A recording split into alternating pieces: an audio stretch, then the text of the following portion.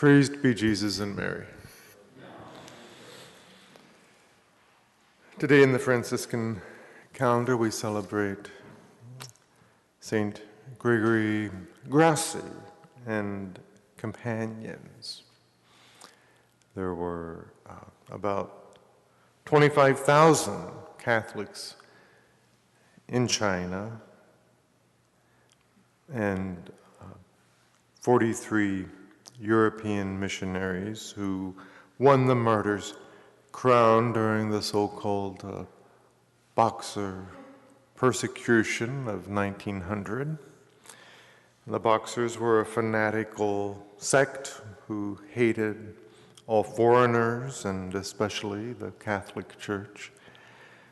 And one of the principal promoters of the Boxer movement was the governor of the Joachim province,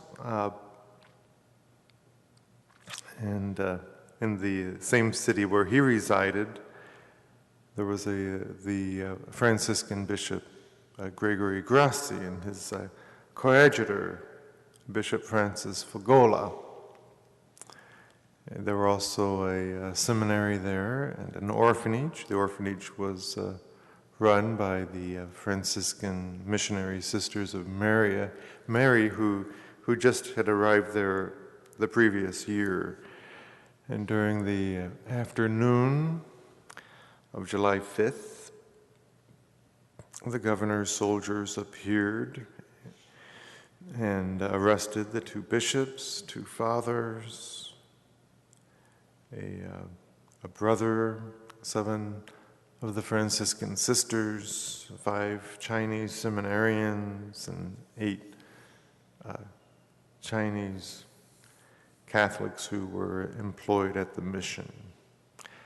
And they were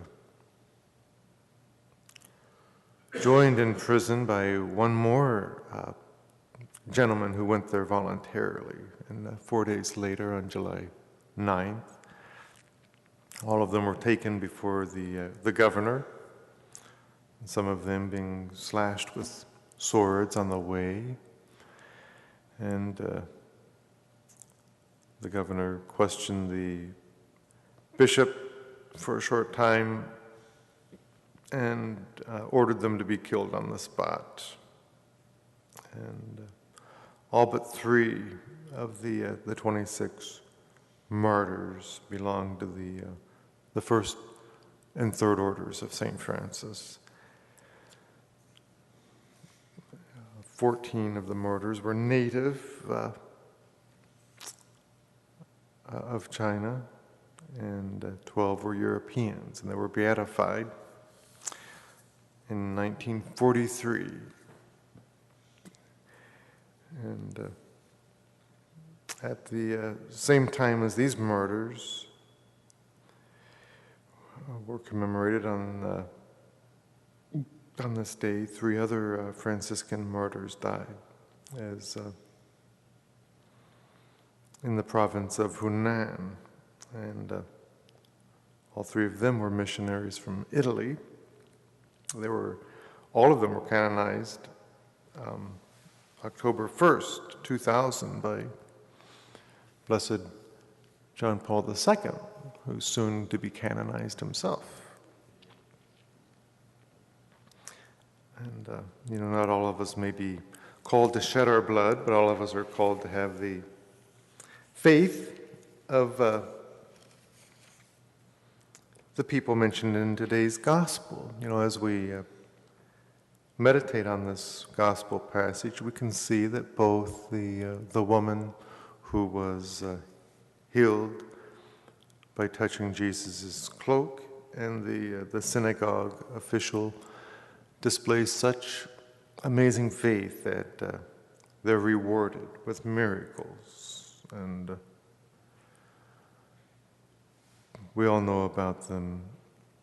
All that we do know about them is the fact that they came to Jesus. He's touched by a woman in need, and he touches a girl who is in need. and the practical lesson to be learned today is that these people had a profound encounter with the Lord. In one way or another, they were touched by Jesus.